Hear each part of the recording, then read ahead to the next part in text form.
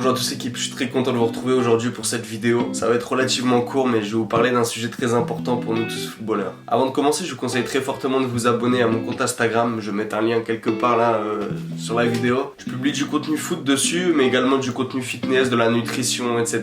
Et ce tous les jours, donc ça va forcément vous intéresser. Également si vous avez des questions, si vous voulez des conseils, si vous avez besoin que je vous coach, etc. Bah ça se passe là-bas sur mon Instagram, donc voilà. Allez vous abonner. Et maintenant on en a fini avec Instagram, on va pouvoir commencer avec le sujet de cette vidéo. Vous l'avez vu dans le titre, aujourd'hui je vais vous parler de comment progresser dans le football, mais cette fois-ci sans vous parler de la partie entraînement technique sur terrain, entraînement en salle, etc. Parce que oui, il existe des moyens complémentaires pour progresser encore plus rapidement. Donc j'ai bien dit complémentaires parce que l'objectif ça va pas être de remplacer ces séances sur terrain, en salle, etc. pour travailler la technique, le physique, le mental, etc. Non, l'objectif ça va être justement de compléter ça, d'apporter un plus pour que justement ça soit plus efficace. Donc là pour aller droit à l'essentiel, aujourd'hui ce qu'on va faire c'est qu'on va parler d'intelligence footballistique. Et premièrement, qu'est-ce que c'est ? Alors l'intelligence footballistique, je définirais ça comme l'ensemble des connaissances, des compétences que vous avez acquises via votre expérience, que vous avez également appris et qui vous permet d'avoir une vision plus réaliste et complète du monde de football dans son ensemble. Donc l'intelligence footballistique, pour faire simple, ça vous permet de mieux comprendre le jeu quand vous êtes sur le terrain, mais également de mieux comprendre le football en général quand vous êtes en dehors. Et par football, j'entends dans un premier temps toutes les composantes sportives, donc la préparation physique, préparation technique, préparation mentale, tout ce qui entoure la performance sportive en soi. Dans un deuxième temps, les composantes sociales, donc la passion des supporters, comment on l'explique, comment le football va aider le développement des populations dans certaines zones défavorisées par exemple. Et dans un troisième temps, tout ce qui est composante organisationnelle, donc comment un club de football fonctionne, comment il va générer des revenus, les différents types de managers, d'entraîneurs, etc. En bref, le football ça ne se limite pas seulement à un match de 90 minutes, c'est bien plus vaste et bien plus intéressant que ça. Donc nous dans cette vidéo, le but ça va pas être d'explorer toutes ces composantes là, parce que je pourrais en faire une vidéo de plusieurs heures mais ce serait pas spécialement intéressant. Non, nous ce qu'on va voir c'est ce que l'apprentissage, ce qu'on fait en dehors du terrain au niveau apprentissage, ça va nous apporter sur le terrain. Et plus particulièrement, je vais vous parler de quelques moyens de progresser sur le terrain en utilisant seulement votre cerveau et votre temps libre.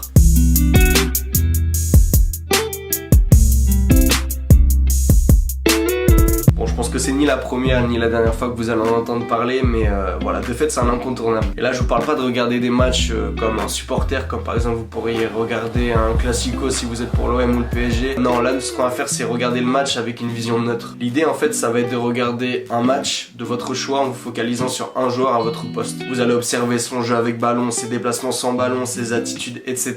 Donc dans cette optique là, pourquoi pas choisir et regarder les matchs en fonction des joueurs que vous aimez bien, que vous appréciez regarder. Moi par exemple, j'avoue que j'aime bien regarder les matchs de Leeds, notamment parce que leur numéro 23 milieu défensif, Calvin Phillips, c'est un joueur que j'aime beaucoup dans sa façon de jouer, etc. Donc j'essaie de m'en inspirer.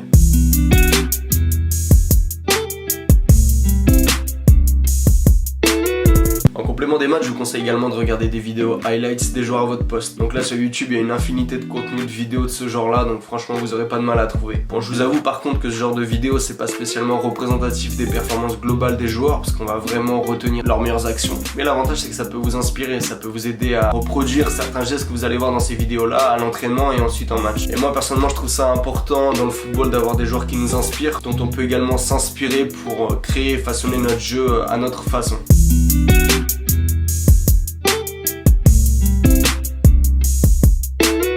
Ça aussi c'est très important pour développer son intelligence footballistique. Il y a tellement de chaînes sur YouTube qui proposent du bon contenu sur absolument toutes les composantes du football. Franchement il y a tout ce qu'il faut pour progresser dans le foot, que ça soit des entraînements techniques, de la préparation physique, du coaching mental, du développement personnel, de la nutrition, du lifestyle, etc. Il y a tout ce qu'il faut. Et l'avantage avec ces vidéos c'est que non seulement ça va vous permettre d'apprendre un grand nombre de choses qui ont de la valeur dans le foot et que vous pourrez répliquer dans votre vie de tous les jours et sur le terrain, mais ça va également vous plonger dans moi ce que j'appelle un environnement foot. C'est-à-dire que dès que vous allez aller sur votre téléphone, vous allez aller sur les réseaux sociaux, sur YouTube, vous allez voir beaucoup de contenu foot et ça va vous conforter dans votre passion, ça va vous faire aimer encore plus en fait ce super sport.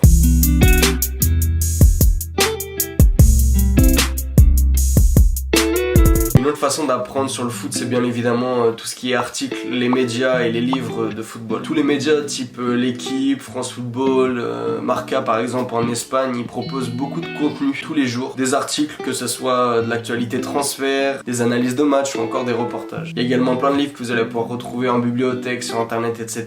Que ce soit des biographies de joueurs, des biographies d'entraîneurs ou encore des livres d'analyse tactique. En bref, tout ce contenu à lire, c'est une vraie mine d'or qu'il faut exploiter. Et comme je vous l'ai dit précédemment, non seulement ça va développer votre intelligence footballistique, la manière de concevoir le football, mais ça va également enrichir votre environnement foot.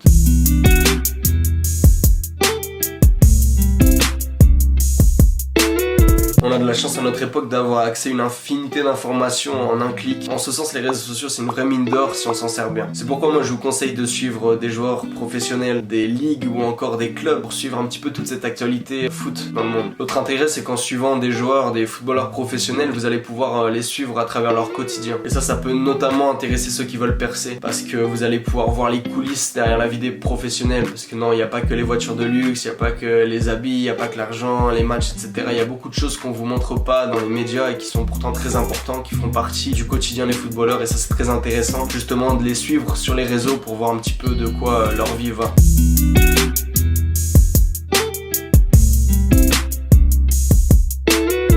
Ce sixième et dernier point, aussi bizarre que ça puisse vous paraître, je vous conseille de jouer à des jeux de football, que ce soit sur PC, sur console, etc. Attendez un peu avant de m'insulter, je vous explique. Que ce soit FIFA, PES, Football Manager, ces jeux-là, ils vont vous plonger encore dans cet environnement foot dont je vous ai parlé précédemment, tout en gardant en fait ce côté jeu qu'on perd parfois au fil des catégories dans le football en club. Et voilà, c'est quelque chose qui est très important de garder ce côté fun, ce côté ludique dans le football. En plus, il y a d'autres bénéfices, par exemple un jeu réaliste comme Football Manager, ça vous apprend comment sont gérés des clubs de football, la partie recrutement, la partie entraînement, les effets sur le jeu de l'équipe, etc. Enfin voilà, c'est des choses qui sont assez intéressantes à voir et qu'en plus il y a un côté jeu dedans, donc c'est tout bénéfique. En bref, jouer à des jeux de football, c'est super, c'est vraiment bien si vous jouez bien évidemment avec modération et que ça vous fait pas sécher des séances d'entraînement, parce que là du coup là ce serait vraiment de la merde.